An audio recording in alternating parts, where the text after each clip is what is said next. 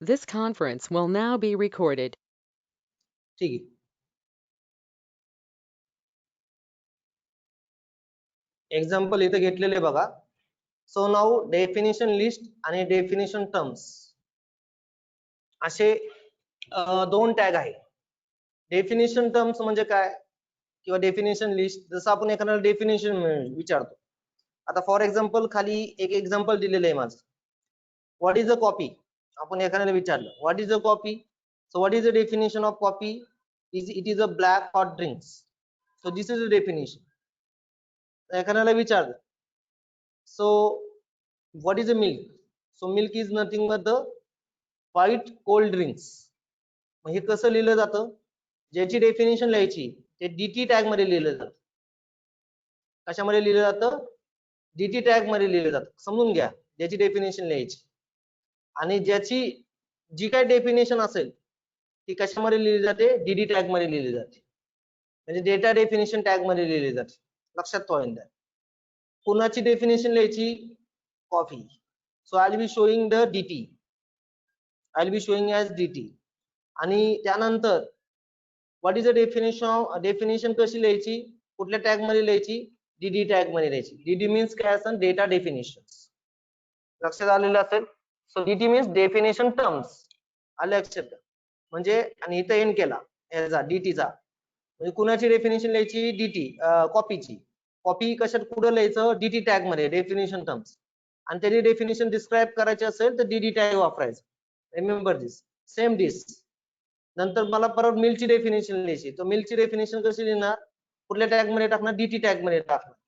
आलं लक्षात? आणि what is the definition of, what is the term of milk, तर ती मिल्कची टर्म कशा लिहिणार?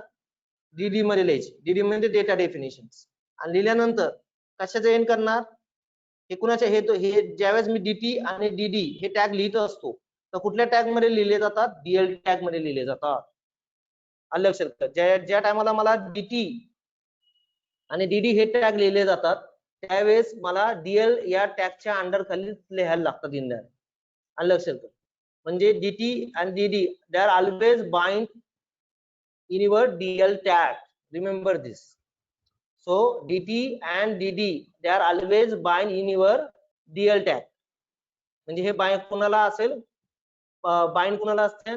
DL टॅग ला असते इनडायरेक्ट. रिमेंबर दिस इनडायरेक्ट. मग आता टेक्निकल समजलंच असेल एक्झाम्पल वरून इनडायरेक्टली. मग इथं काय असेल? What is the Diehl? Diehl चा लॉंग फॉर्म काय सांगितलेला इथं? Is the definition list. आलं लक्षात? हे कसं कुठे लिहायचं ते आता कळलेलंच आहे तुम्हाला. नंतर डीएल, डीएल कुठे यूज केला जातो? They are always conjunction with DT and DD. Conjunction म्हणजे बाइंड, म्हणजे डीएल टॅग हा कुणाला बाइंडिंग असेल? डीटी आणि डीडी ला बाइंडिंग असेल इन दॅट. म्हणजे डीएल टॅग लिहिला तर डीटी आला आणि डीडी पण आला इन दॅट. सो डीटीचा लॉंग फॉर्म काय? Define the atom in the list. आणि डीडीचा लॉंग फॉर्म आहे describe the atom in the list. आलं लक्षात का? नंतर आता हा डीएल झाला. डीएल म्हणजे कळलेला असेल डेफिनेशन लिस्ट. डीटी मीन्स काय असेल? Tag define atom in a definition list. म्हणजे जसं मी आता विचारलं व्हॉट इज अ कॉपी, कॉपीची मला डेफिनेशन लिहायची असेल तर where you write in a DT tag मध्ये लिहिलं जाईल. डीटी मीन्स डेफिनेशन टर्म मध्ये लिहिलं जाईल. अँड आणि डीटी टॅग हा कुणाला बाइंडिंग असेल तुमचा? Always conjunction with Diehl. कुणाला असेल? Conjunction with Diehl. म्हणजे डीएल च्या आतमध्ये हा लिहिला जातो आणि ऍज वेल एज कुणाला असेल तर बाइंडिंग डीडी ला असेल. म्हणजे एकमेकांना हे बाइंडिंग आहे इंडिया. लक्षात ठेवा. डीटी टॅग कळलेलाच असेल. Describe the atom in the list. लक्षात आलेलं असेल. तर हे असं आउटपुट इथे दिसते. आणि पाचवं मी डेफिनेशन लिहिले तोच टॅग आहे. डेफिनेशन मीन्स इथे दिसते आपल्याला. डेफिनेशन म्हणजे कुठला असेल? हे. आता ह्याची मला डेफिनेशन लिहायची. So I will be write which tag? DD. DD tag काय करतो? Describe the atom in a definition list. आणि डीडी टॅग हा कुणाला कंजक्शन असेल? डीएल ला असेल आणि डीटी ला असेल. म्हणजे थोडक्यात काय? डीएल, डीटी आणि डीडी हे तिन्ही टॅग एकमेकांना बाइंडिंग आहे. ह्यातला एक तरी कुठलाही एक टॅग लिहायचा असेल तर बाकीचे दोन टॅग लिहायलाच लागेल. डीएल लिहिला, डीटी आला, डीटी पण लिहायला लागेल. रिमेंबर दिस. म्हणजे थोडक्यात डीएल लिहायचा, डीएल च्या आतमध्ये कोणाची टर्म तुम्हाला डिफाइन करायची ते डीटी च्या आतमध्ये टाकायचा आणि ज्याची टर्म डिफाईन करायची ते डीडी मध्ये टाकायचं, असं तुम्हाला लिहिणं गरजेचं आहे. आलं लक्षात. आणि इथं दिलेले, इथं नोट दिलेले एक DD tag you can be put the paragraph, line break, images, links, list etcetera. DD tag मध्ये तुम्ही पॅराग्राफ टॅग लिहू शकता, बीआर टॅग लिहू शकता, इमेजेस लिहू शकता, लिंक्स, लिस्ट, व्हॉट एव्हर दिस, जे काही तुम्हाला लिहायचं ते लिहू शकता. एक्झाम्पल तेच कॉपी पेस्ट केलेले एक्झाम्पल. म्हणजे थोडक्यात एका वाक्यामध्ये परत सांगतो. डीएल म्हणजे डेफिनेशन लिस्ट. डेफिनेशन लिस्ट आली म्हणजे डिफाईन टर्म आलं. डिफाईन टर्म म्हणजे ज्याची टर्म डिफाईन करायचे ते डीटी मध्ये लिहायचं, आणि ज्याची डेफिनेशन लिहायची ती कुठे लिहायचं, डीडी टॅग मध्ये लिहायचं. आलं लक्षात. सो एकमेकांना हे कंजक्शन असेल किंवा बाइंडिंग असेल. रिमेंबर दिस. लक्षात आलं. म्हणजे अशा पद्धतीने हे तुमचे किती टॅग झाले, व कालचे 3 टॅग आणि आजचे 3 टॅग. म्हणजे इथं लिस्ट एकत्र मी दाखवलेले बघा. हे एवढे टॅग इथं आलेले, हे कोणाच्या अंडर खाली येतात आता, लिस्ट टॅग मध्ये. आता पेपरला क्वेश्चन विचारलेला असेल, लिहून घ्या questions. Explain the list tags with suitable example. नेहमीप्रमाणे मागं explain the list tag with suitable example. Explain the list tags with suitable example. Explain the list tags with suitable example. Explain the list tag with suitable example.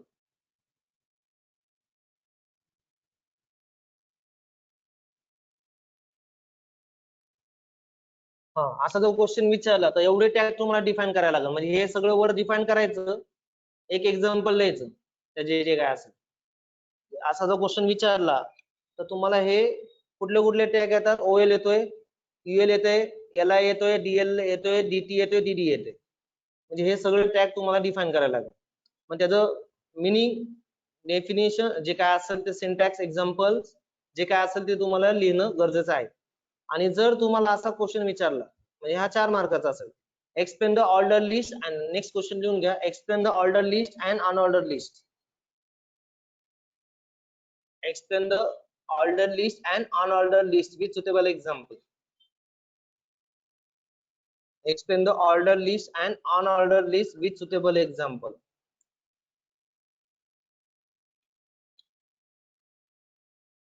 Explain the order list and unordered list with suitable example.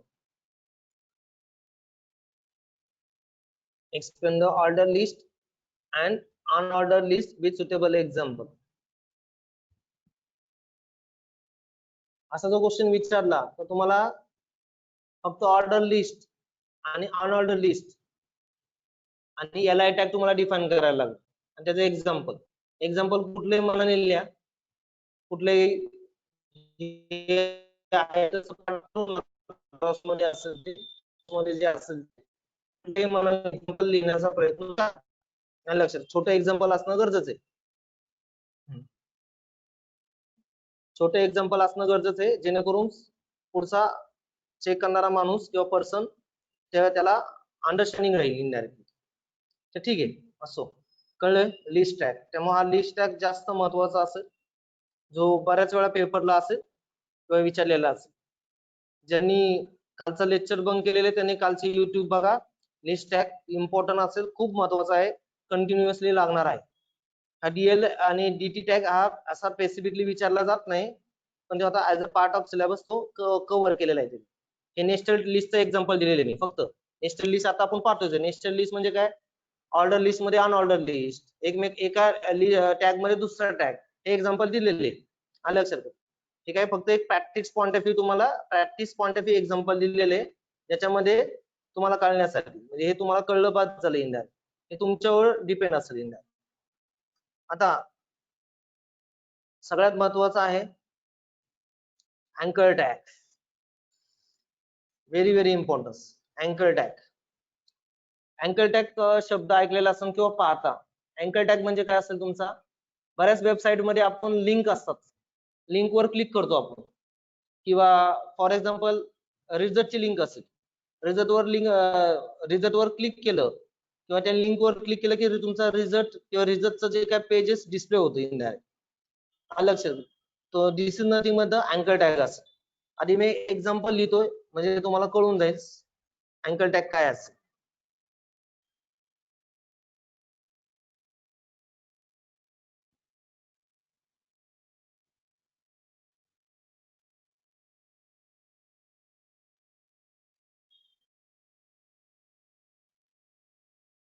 समजा ठीक आहे, आता आले मी internet वर तर आहेच आहे. मला समजा आता मी असं लिहिलं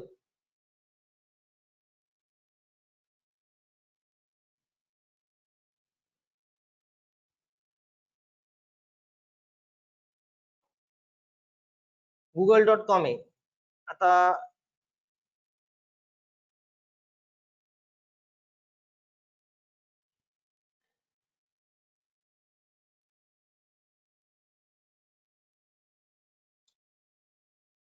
आता समजा अशी एक लिंक आहे, असं बऱ्याच वेळा असतं प्लीज व्हिजिट, आणि नंतर तुम्ही क्लिक केलं लगेच तुमचं गुगल असेल किंवा फेसबुकचा एक सिम्बॉल असेल, इन्स्टाचा एक सिम्बॉल असेल, ट्विटरचा सिम्बॉल असेल किंवा त्या पद्धतीने, किंवा असं बऱ्याच वेळा आपल्या साईड मध्ये दिसतं.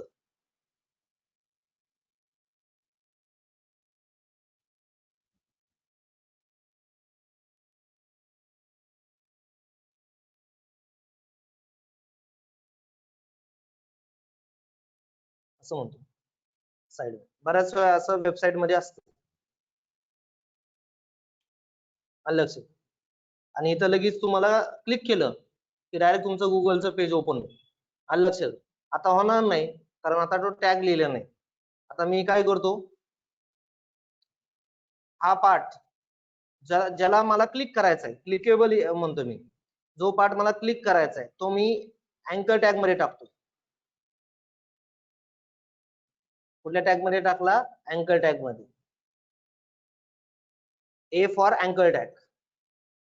आलं लक्षात? आता ज्यावेळेस मी अँकर टॅग मध्ये टाकेल, ज्यावेळेस मी ह्या साईडवर क्लिक करत, ही लिंक गुगलच्या सर्व्हरला कळली पाहिजे, ज्याला आपण होस्टिंग म्हणतो, किंवा त्या सर्व्हरला कळलं पाहिजे. म्हणजे ते सर्व्हर कुठं असेल, तर तो सर्व्हर इथं असेल. तो सर्व्हर दाखवलेला तो ऍट्रिब्यूट आहे href. आलं लक्षात? आणि इथं ऍक्च्युली आपली साईटचं नाव असेल, हे सर्व्हरचं नाव असेल.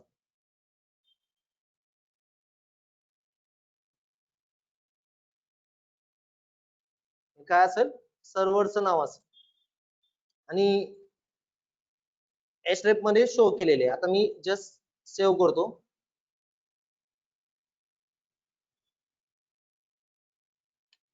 काय दिसलं? पाहून घ्या नीट. आलं का? ब्ल्यू कलरचं आलं का? काय दिसलं? आलं का? शेप माऊस कर्सर, माऊसचा कर्सर चेंज झालेला आहे. त्याला काय म्हणतात? क्लिकेबल म्हणलं जातं. म्हणजे just you click this, click करू शकता आणि तुमचं जे काय टार्गेट असेल त्या टार्गेटवर जाऊ शकता इनडायरेक्ट. आता माझं इंटरनेट चालू आहे त्यामुळे मी जस्ट क्लिक केलं, गुगलचं पेज ओपन होईल माझं. आले का? What it? गुगलचं पेज ओपन झालं माझं. आलं लक्षात? मग बऱ्याच वेळा इथं मी जस्ट क्लिक केला आणि रंग आता कलर चेंज झालेला आहे. लक्षात ठेवा, कलर चेंज झालेला आहे. आलं लक्षात? मग अशी कसा कलर होता ते बघून घ्या. क्लिक केल्यानंतर गुगलचं पेज ओपन झालेलं आहे. डायरेक्ट गुगलचं पेज ओपन झालेलं आहे आणि मी क्लिक करताना बघा रेड कलर येतोय आणि नंतर माझ्या साईडला जातोय डायरेक्ट, आणि डायरेक्ट ही साईटचं नाव आलेले, काय साईटचं नाव आले? गुगल. आलं लक्षात? मग डायरेक्ट XYZ साईड जी काय असेल त्या साईडकडे तो जाईल इनडायरेक्ट, जे काय असेल. म्हणजे थोडक्यात एका वाक्यामध्ये काय सांगायचं इथं समजून घ्या. इथं इथं आपण क्लिक करू शकतो या भागामध्ये, जो अंडरलाईनचा पार्ट आला होता, आणि इथं क्लिक केल्यानंतर पुढं पुढं जायचंय. टार्गेट कुठलंय याला क्लिक केल्यानंतर याचं टार्गेट कुठलंय, हे टार्गेट माझं असेल href मध्ये लिहिलेलं असेल, हे साईटचं नाव असेल माझं. हे काय झालं? माझं साईटचं नाव असेल. आणि हे मग मी ज्यावेळेस क्लिक करत त्यावेळेस तो href मध्ये ह्या साईटचं नाव बघेल आणि ह्या साईट, ही साईट जी काय लिहिलेली असेल त्या साईट किंवा त्या साईटच्या URL ला गेलेला असेल किंवा त्या टार्गेट पर्यंत पोहोचलेला असेल. आलं लक्षात? म्हणजे मी जस्ट सेव्ह केलं,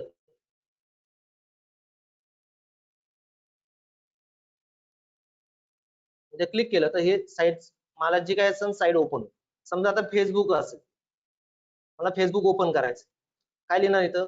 युजरला दाखवण्यासाठी इथं काय लिहिणार facebook.com बरोबर का. आणि या फेसबुकवर क्लिक केलं की कुठं फेसबुकची साईड ओपन झाली पाहिजे. सेव्ह दिस, सेव्ह करतोय. इंटरेस्टिंग आहे फीचर्स. आले फेसबुक आले आणि ह्याला क्लिक केलं.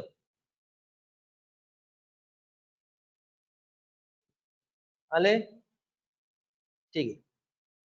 आले का फेसबुक आले. आता माझं पासवर्ड स्टोअर असल्यामुळे डायरेक्ट पेज ओपन झाले माझं. नाही तर तुमची लॉग इनची स्क्रीन वगैरे येईल तुमची.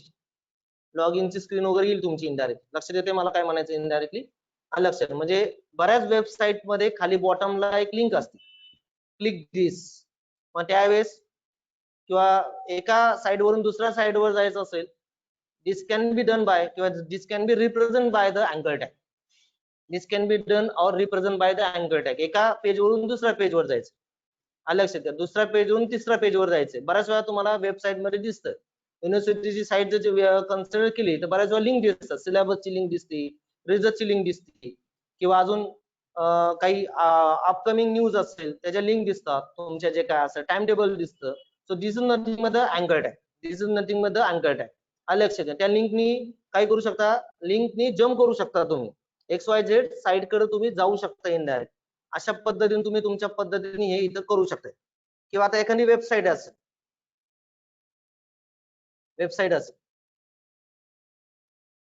एखादी वेबसाईट मी घेतली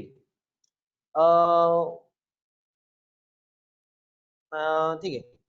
इथं मी माझीच घेतो वेबसाईट. समजा ही वेबसाईट आहे.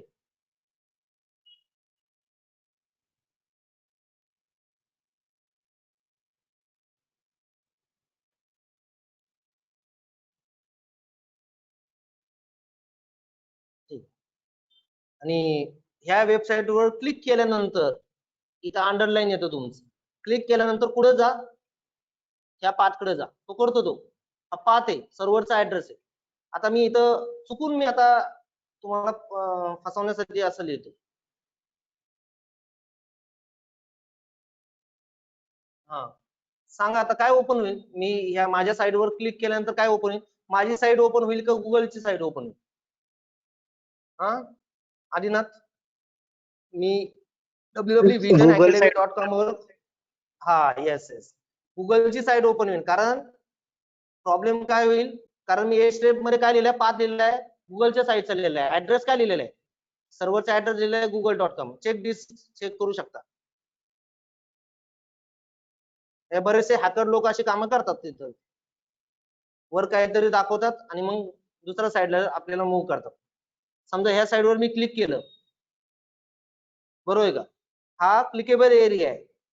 ह्या साईडवर क्लिक केलं की बघा गुगलची साईड ओपन झाली. माझी साईड ओपन होईल का नाही, कारण माझ्या साईडचा ए स्टेप मध्ये ऍड्रेसच लिहिलेला नाही. लक्षात आला आता ए स्टेपचा पर्पज इनडायरेक्टली लक्षात का.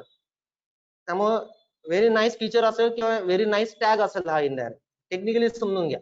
त्यामुळे कुठलेही तुम्ही बऱ्याच वेबसाईट मध्ये तुम्हाला असं दिसतं बॉटम लाईन द्या लक्षात. म्हणजे जो भाग तुम्हाला ज्याच्यावर क्लिक करायचा तो भाग इथं लिहा आणि ह्याच्यावर क्लिक केल्यानंतर what will be open this. So what will be address? So this can be done by the href tag. This can be done by the href tag. काय ओपन करायचं ते href tag मध्ये तुम्ही लिहू शकता indirectly. पण ते इथं सांगायचा प्रयत्न केलेला आहे इनडायरेक्ट. लक्षात तो इनडायरेक्ट लक्षात घ्या. म्हणजे इथं तुम्ही बऱ्याच वेळा अशा पद्धतीने तुम्ही बऱ्याच वेळा वेबसाईट मध्ये दिसतं आपल्याला इनडायरेक्ट लक्षात घ्या. त्या पद्धतीने तुम्ही त्या इम्प्लिमेंट करू शकता href tag. आता href अँकर टॅग काय इथं अँकर टॅग कळलेलंच असेल तुम्हाला सगळ्यांना. अँकर टॅग आणि मी सिंटॅक्स कडे येतो नंतर मग दाखवतो. इथं बघा काही दाखवलेले बघा अँकर टॅग मध्ये काय दाखवलेले ठीक आहे. ते एक्झाम्पल दाखवलेले ह्या पॅराग्राफ टॅग आहे. हे काय नाही लिहिलं तरी चालेल. हे फक्त मी as a timepass point of view लिहिलं होतं. इथं काय लिहिले बघा माझी साईड लिहिलेली दिसते का. अँकर टॅग लिहिण्यासाठी काय लिहिलं जातं अँकर टॅग आणि काय ओपन करायचंय एस्ट्रेप मध्ये मी a.html लिहिले. मी जे काय लिहिलं तेच ओपन होणार आहे. आता जसं माझ्या ह्याला क्लिक केलं तर गुगलची साईड ओपन झाली. कारण ऍक्च्युली मी काय लिहिलं होतं इथं ऍक्च्युली माझं इन्स्टिट्यूटचं नाव टाकलं होतं पण ऍक्च्युली काय ओपन झालं माझं google.com ओपन झालं. आणि एस्ट्रेप मध्ये जे काय मी टाकेल तेच टार्गेट माझं ओपन होणार आहे तुमच्या त्या ब्राउझर मध्ये. त्यामुळे एस्ट्रेपनी काय केलं जाईल, सोर्स असेल. एस्ट्रेप म्हणजे काय, सोर्स असेल. सोर्स म्हणजे ज्यावेळेस मी तुम्ही ह्याला क्लिक करता काय ओपन झालं पाहिजे, म्हणजे इथं सांगायचा प्रयत्न केलेला आहे. आलं लक्षात. आणि नंतर तुमचा अँकर टॅगचा एंड केलेला आहे. आणि इथं तुम्हाला काय दिसतं, ओपन केल्यानंतर तुम्हाला बऱ्याच गोष्टी इथं दिसतात. हा जो भाग आहे हा तुम्हाला अंडरलाईन मध्ये येतोय आणि इथं क्लिकेबल एरिया म्हणतात याला. हे जे काही कर्सर चेंज होतं याला क्लिकेबल एरिया म्हणतात. आणि याला क्लिक केलं तसं तुम्हाला नेव्हिगेशन होते तुमचं. याला क्लिक केलं की तसं तुमच्या साईडवर जात आहे तुमचं इनडायरेक्ट. लक्षात ठेवा इनडायरेक्ट. हे तुम्ही तुमच्या पद्धतीने कसं करायचं किंवा कशा पद्धतीने इम्प्लिमेंट करायचं ते तुम्ही पाहू शकता इनडायरेक्ट. आलं लक्षात. एक्झाम्पल कळलेलंच असेल. आलं लक्षात. एक एक्झाम्पल कुठले देणार ठेवा इनडायरेक्ट. कुठलं एक हा कोण बोलतंय? येस येस दीपाली बोलते का? हा कोणतरी बोलते, बोला. येस दीपाली, हा बोल, काय डाऊट आहे का? ठीक, ओके. आता ऍट्रिब्यूट काय काय सांगितले, बरेच ऍट्रिब्यूट आहे, त्यातले थोडेच ऍट्रिब्यूट मी इथं वापरलेले. अँकर टॅग कसा लिहितात, ए. ऍट्रिब्यूट सगळ्यात महत्वाचा ऍट्रिब्यूट आहे एचरेफ. एचरेफ आणि इक्वल टू URL लिहिलं. URL म्हणजे ऍड्रेस, युनिव्हर्सल रिसोर्स लोकेटर. आलं लक्षात घ्या. काय ओपन करायचंय ते URL मध्ये तुम्ही स्पेसिफाय करू शकता किंवा एखादी फाईलचं नाव असेल ते एचरेफ. एचरेफ म्हणजे सोर्स असेल. एचरेफ मध्ये काय असेल, तुमचा सोर्स असेल इन दॅट. आलं लक्षात का? मग इथं दाखवण्याचा प्रयत्न केला एचरेफ मध्ये हा सगळ्यात महत्वाचा ऍट्रिब्यूट असेल. बाकीचे ऍट्रिब्यूट मॅन्डेटरी नाहीये, ऑप्शनल आहे. नेम आहे. नेम म्हणजे काय, जसं आपण व्हीव्यू मध्ये आपण नेम प्रॉपर्टी होती आपली, आलं लक्षात का? ती सुद्धा तुम्ही इथं स्पेसिफाय करू शकता. आलं लक्षात. नेम जसं माऊसचं कर्सर लिहिल्यानंतर आपल्याला नाव यायचं आपलं, आलं लक्षात का? ती जसं व्हीव्यू मध्ये प्रॉपर्टी होती, माऊसचं कर्सर लिहिल्यानंतर डिस्प्ले व्हायचं, तर किंवा नेम प्रॉपर्टी होती त्या टाईपगत आहे नेम प्रॉपर्टी, की ह्याला आपण नाव असाइन करू शकतो इन दॅट. नंतर REL. REL म्हणजे काय, relation between the current document and link document. म्हणजे तुमचं आताचं जे काही डॉक्युमेंट आहे आणि ज्याच्याबरोबर तुम्ही लिंक करताय ह्यांचं तुम्ही रिलेशन स्पेसिफाय करू शकता. आता हा ऑप्शनल पार्ट आहे, हा लगेच कळणार नाही, नंतरच्या तुमच्या काही सेशन मध्ये तुम्हाला कळून जाईल. फक्त as tag point of view लक्षात ठेवा. म्हणजे ह्याच्यात रिलेशन कोणाचं स्पेसिफाय करू शकता, current document and link document. जसं आपलं फादर आणि चाइल्ड, बाबा चाइल्ड आणि फादरचं रिलेशन किंवा फादर अँड चाइल्डचं रिलेशन त्या टाईपगत असेल इन दॅट. REV इथं तुम्ही इथं स्ट्रिंग आहे, REV मध्ये इथं सांगितले relation between the link document and current document. म्हणजे लिंक, जो लिंक करणारे ते डॉक्युमेंट आणि करंट डॉक्युमेंट. जसं मी म्हणलं चाइल्डचं आणि फादरचं रिलेशन, आलं लक्षात बरोबर, चाइल्ड आणि फादर. आणि तसं नंतर मी म्हणून फादर आणि चाइल्डचं रिलेशन त्या टाईपगत असतं इन दॅट REV. आणि त्यानंतर टायटल. टायटल सुद्धा तुम्ही स्पेसिफाय करू शकता, पण आता हे ऍट्रिब्यूट मी इथं यूज केलेलं नाही इनडायरेक्ट. माझ्या दृष्टीकोन कुठला ऍट्रिब्यूट महत्वाचा, एचरेफ असेल. म्हणजे हे तुम्हाला पेपर पॉइंट ऑफ व्ह्यू लिहायला लागेल, एक एक्झाम्पल लिहायला लागेल, एवढं तुम्हाला तिथं लिहायला लागेल इनडायरेक्ट. आलं लक्षात घेणे. त्यानंतर आता इथं अँकर टॅग काय सांगितलं आहे बघा. आता अँकर टॅग काय करतो, अँकर टॅग डिफाइन अँकर्स. आलं लक्षात. अँकर डिफाइन करण्याच्या दोन वे सांगितलेले. कसं सांगितलेले, to create the link to another document by using href attribute. आता मी एचरेफ पाहिलेले की एका डॉक्युमेंट कडून दुसऱ्या डॉक्युमेंटला लिंक करायचं असतं तर एचरेफ ऍट्रिब्यूटने लिंक करू शकता. एचरेफने आता लिंक केलेले आपण. मी माझ्या vision.com च्या साईडवर क्लिक केलं तर माझे काय ओपन झालं, गुगलची साईड ओपन झाली, म्हणजे लिंक केलं इन दॅट. आणि अजून एक दुसऱ्या पद्धतीने to create a bookmark inside the document by using name attribute. Bookmark inside the document by using name attribute. मी एक एक्झाम्पल सांगतो, लगेच कळून जाईल तुम्हाला. बऱ्याच वेळा ऑनलाईन समजा एखादं चॅप्टर असेल, समजा एखादं चॅप्टर 1, 2, 3 असतं आणि चॅप्टर 1 वर क्लिक केलं की त्याचं चॅप्टरचं लिंक खालीच असतं, फक्त ते खाली जातं, त्याच पेजवर असतं. त्याच पेजवर लिंकिंग शो करायचं असेल त्याला बुक मार्किंग म्हणलं जातं किंवा नेम ऍट्रिब्यूटने शो केलं जातं. म्हणजे असे चॅप्टर 1 लिहिलेले, समजा एखादं इंडेक्स असेल, समजा आता फॉर एक्झाम्पल आपलं वेब टेक्नॉलॉजी या सब्जेक्टची काय केलेले, चॅप्टरची लिस्ट स्पेसिफाय केले, चॅप्टर 1, 2, 3, 4. समजा चॅप्टर 1 आहे इंट्रोडक्शन ऑफ द HTML. तुम्ही चॅप्टर 1 वर क्लिक केलं की त्याची लिंक खालच्या पेजवर असेल. तो खालीच क्लिक म्हणजे खालीच तुम्हाला तो डायरेक्ट तो तुमचा त्याच पेजवर खाली तुम्हाला पोहोचवलेला जाईल. मग याला म्हणतात बुक मार्किंग किंवा त्याच पेजवर रेफर करणे. मग त्या केसमध्ये नेम ऍट्रिब्यूट वापरला जातो. आणि मला एका पेजवरून दुसऱ्या पेजवर जायचं असेल, आणि लक्षात घ्या एका पेजवरून दुसऱ्या पेजवर जायचं असेल एस्केप असेल, आणि त्याच पेजला रेफर करायचं असेल, तर नेम ऍट्रिब्यूट रेफर करू शकतो. म्हणजे स्वतःच डिस्क्रिप्शन सांगायचं, बरोबर काय? स्वतःच डिस्क्रिप्शन सांगायचं म्हणजे नेम ऍट्रिब्यूट, आणि दुसऱ्याचं डिस्क्रिप्शन सांगायचं की आपण काय करणार, त्याचं नाव घेणार. म्हणजे काय झालं, एचटीटीपी ऍट्रिब्यूट झालं. म्हणजे हे दोघांचा रिलेशन्स किंवा दोघांचा संबंध समजून घ्या इंदार. आणि हे जे एक्झाम्पल मी इथं कव्हर केलेलं नाहीये, टेक्निकली समजून घ्या. जनरली एलिमेंट कशाने रेफर केले जातात, हायपर लिंकने रेफर केले जातात. ऍज अ लिंक किंवा हायपर लिंक. लिंक म्हणजे अंडरलाईन आलं होतं, क्लिकेबल एरिया आलेलं होतं, हायपर लिंक ह्यांनी रेफर केले जातात. आणि it is the most attribute of the element is the href attribute. सगळ्यात महत्वाचा ऍट्रिब्यूट मी आता सांगितलं href असेल, तो काय करतो, which indicate the links the destination. तुमच्या डेस्टिनेशनला लिंक करायचा प्रयत्न करतो. So that is why it is very important attribute in a अँकर टॅग. सो आता बऱ्याच वेळा दिसतं तुम्हाला इथं, बऱ्याच वेळा ब्राउझर ज्यावेळेस तुमची लिंक रिप्रेझेंट होती त्यावेळेस ब्राउझर मध्ये कसं दिसतं, ज्या टायमाला तुम्ही अनव्हिजिटेड लिंक असेल त्यावेळेस तुम्हाला ती अंडरलाईन आणि ब्ल्यू कलर मध्ये दिसते. बघा सुरुवातीला मी ओपन केलं होतं, मला अंडरलाईन आलं होतं, ब्ल्यू कलर आला होता. लक्षात घ्या, किंवा गुगलवर तुम्ही काही सर्च केलं की तुम्हाला लिंक कलर मध्ये दाखवते, आणि व्हिजिट केल्यानंतर त्याचा कलर चेंज होतो तुमचा इंदा. आणि व्हिजिट केलेला असेल तुम्ही, ते लिंक व्हिजिट केलेलं असेल तर अंडरलाईन आणि कुठल्या कलर मध्ये दिसतं, पर्पल कलर मध्ये दिसते. Just like Google search engine, जसं गुगलवर सर्च करतात त्या टाईप कर. आणि जर एखादं ऍक्टिव्ह असेल, जस्ट क्लिक केलेलं असेल, बघा ह्याच्यावर मी क्लिक केलेलं होतं मगाशी, ह्याच्यावर जे आहे मी मगाशी क्लिक केलेलं होतं, ह्याच्यावर मी मगाशी क्लिक केलं होतं. लक्षात बघा, ह्याच्यावर क्लिक केलं की रेड कलर दिसतं का, म्हणजे ऍक्टिव्ह झालं. म्हणजे हे समजून घ्या, म्हणजे ऍक्टिव्ह टेक्निकली समजून घ्या. ऍक्टिव्ह लिंक म्हणजे काय असेल, अंडरलाईन आणि रेड कलर मध्ये दाखवलं जातं.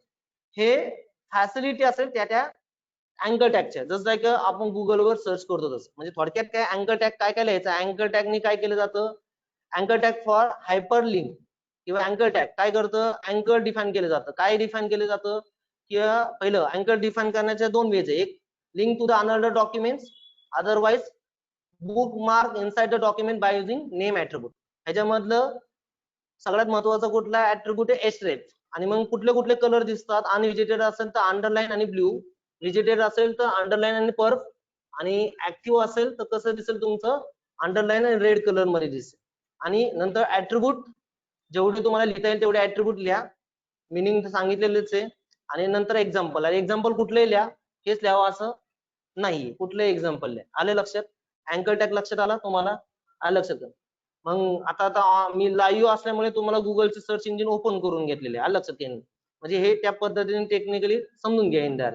म्हणजे त्या पद्धतीने लाईव्ह असल्यामुळे तुमचं त्या पद्धतीने आलेलं आहे. बऱ्याच वेळा साइड मध्ये आपल्याला दिसतं ऍक्च्युअली इंदार, आलं लक्षात. म्हणजे हे टेक्निकली समजून घ्या. आता एक छोटासा होमवर्क आहे, ज्यांना करायचं आहे त्यांनी त्या पद्धतीने करा. काय होमवर्क आहे माझा, टेक्निकली समजून घ्या.